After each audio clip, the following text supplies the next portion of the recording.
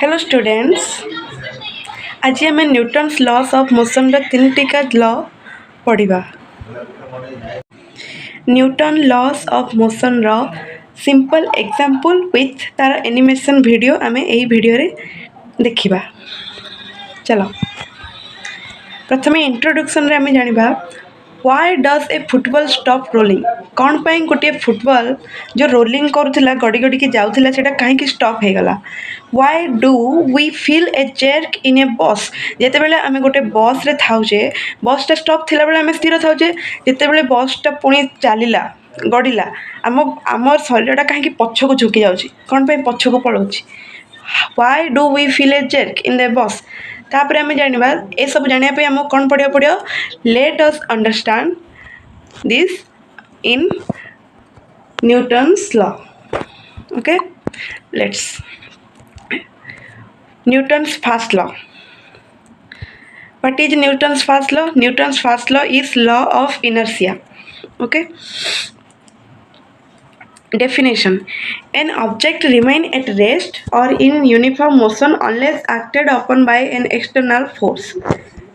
An object माने गोटे object remain at rest सेमिति ही रेस्ट रे थिबो स्थिर थिबो unless माने जे पर्यंत accepted uniform motion unless accepted upon by an external force।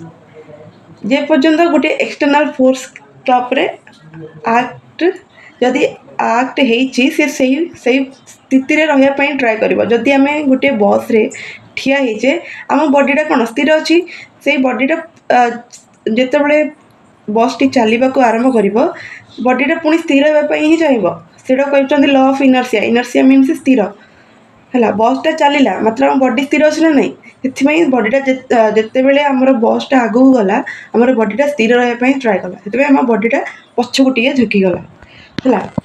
Real life example कौन। Real life example is the person falls backward when a bus suddenly start. आम जोटा भी डिस्कसन करथिले गोटे पर्सन फॉल्स बैकवर्ड माने पछपटे पड़ जाए जिते बेले बस टी सडनली स्टार्ट हुए कारण बॉडीटा से स्थिर थिला आ सी स्थिर रही ही ट्राए करिवो है। तापर तार एनिमेशन गोटे देखिदेवा। The Newton's first law is law of inertia. देख ये जो बस उपर जो व्यक्तिटा मनकर ठिया होता ये उपरे गोटे व्यक्ति ठिया होता एमती है ठिया है बस भी स्थिर थिला जिते बेले ए बसटा जीवा गला एपटे गला तार बसटा स्टार्ट है गलापर ये जो व्यक्ति ये ठिया नथिला कि सी स्थिर रही चेष्टा कर बसटा सीना एपटे पड़ेगा किंतु बॉडीटा स्थिर रही ट्राए कला से गाड़ी पछकू पड़गला गाड़ी पछकू पड़गला सेटा को बसटा मोशन अच्छी मात्र बॉडीटा स्थिर रही ट्राए कर लॉ ऑफ इनर्सिया यहाँ कहते न्यूटन्स फर्स्ट लॉ। तापर second law Newton second law. Newton second law is force equal to M A F is equal to M A F is equal to M A force is equal to M A mass into acceleration force equal to mass into acceleration. Example कौन। A heavier cart need more force to move. Okay गोटे cart गोटे heavier cart needs more force to move. जदि गोटे भारी सामान रही है तो सेटा को मूव करने आमको से परिमाण रे फोर्स देवा पड़ो से फोर्सटा से ताहले क्या डिपेंड कला मास उपर डिपेंड कला आ तार एक्सेलरेशन उपर डिपेंड कला। ओके तार एनिमेशन आइडिया आम जानिया two people push different cart showing speed difference. दीटा पीपल कौन कर डिफरेंट कार्ड को पुश कर माने ठेलुचंदी शोइंग स्पीड डिफरेंस। चलो देखिए एनिमेशन है the force equal to M a. देख ये स्मॉल मास अच्छी एक्सेलरेशन होची मतलब लार्ज मास थिले सेटा एक्सेलरेशन होनी है। लार्ज मास पई हमको सेतिके अधिक मात्रा रे फोर्स देवा पड़ियो और स्मॉल मास पई कम फोर्स आ मात्रा रे आ तुलना रे एटे कम फोर्स देवा पड़ियो। हेले सेकेंड लॉ में कौन जानले Newton second law is force equal to M a. Newton's third law action and reaction, everything have action and its opposite reaction है definition कौन है? For every action there is an equal and opposite reaction.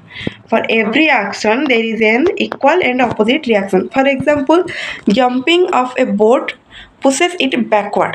ଯେତେବେଳେ ଆମେ ଗୋଟେ ବୋଟ୍ରେ ଥାଉଛେ ଆମେ ସ୍ଥଳ ଭାଗକୁ jump କରୁଛେ ସେଇ ଜମ୍ପ କଲା ବେଳେ କ'ଣ ହେବ ସେ ବୋଟ୍ରୁ ଗୋଡ଼ ଦୁଇଟା ଏମିତି ଠେଲିକି ଆମେ ପରଟାକୁ ଯିବା ତ ଠେଲିଲା ବେଳେ ଡଙ୍ଗାଟା ଟିକେ ଆସ୍ତେ ଆସ୍ତେ ପଛକୁ ପଳେଇବ ପଛକୁ ଯାଇକି ଆମେ ସ୍ଥଳ ଭାଗକୁ ଜମ୍ପ କରିଦେବା ତ ସେଥିପାଇଁ ଏଠି କ'ଣ କାମ କଲା Newton's third law for every action there is an equal and opposite reaction ଆରେ ଆନିମେସନ୍ ଦ୍ୱାରା ଆମେ ବୁଝିଦେଲେ ଆହୁରି ସହଜରେ ବୁଝିପାରିବା the boat and stick man jumping opposite direction boat and stick man ଦେଖ ଆନିମେସନ୍ ଦେଖିବା ଦେଖ ଇଏ ଗୋଟେ ବୋଟ୍ ଅଛି ସିଏ ଏଇଟାକୁ ଜମ୍ପ କରିବାକୁ ଚାହୁଁଛି ହେଲା ଏଇଟା ତାର ଆକ୍ସନ୍ ଆଉ ତାର ଅପୋଜିଟ୍ ରିଆକ୍ସନ୍ କ'ଣ ଏ ଡଙ୍ଗାଟା ଟିକେ ପଛକୁ ଯିବ ଯେତେବେଳେ ଏ ଲୋକଟି ଏଇ ଡଙ୍ଗାରୁ ଏଇ ସ୍ଥଳ ଭାଗକୁ ଡେଇଁଲା ଏଇ କାର୍ଡ଼କୁ ଡେଇଁଲା ତ କ'ଣ ହେବ ଏଇ ଡଙ୍ଗାଟା ଟିକେ ପଛକୁ ଯିବ ଆଉ ଏଇଟା ଟିକେ ଏ ଗାଡ଼ିଟା ଟିକେ ଆଗକୁ ପଳେଇବ ହେଲା ତ ନ୍ୟୁଟନ୍ସ ଥାର୍ଡ଼ ହେଉଛି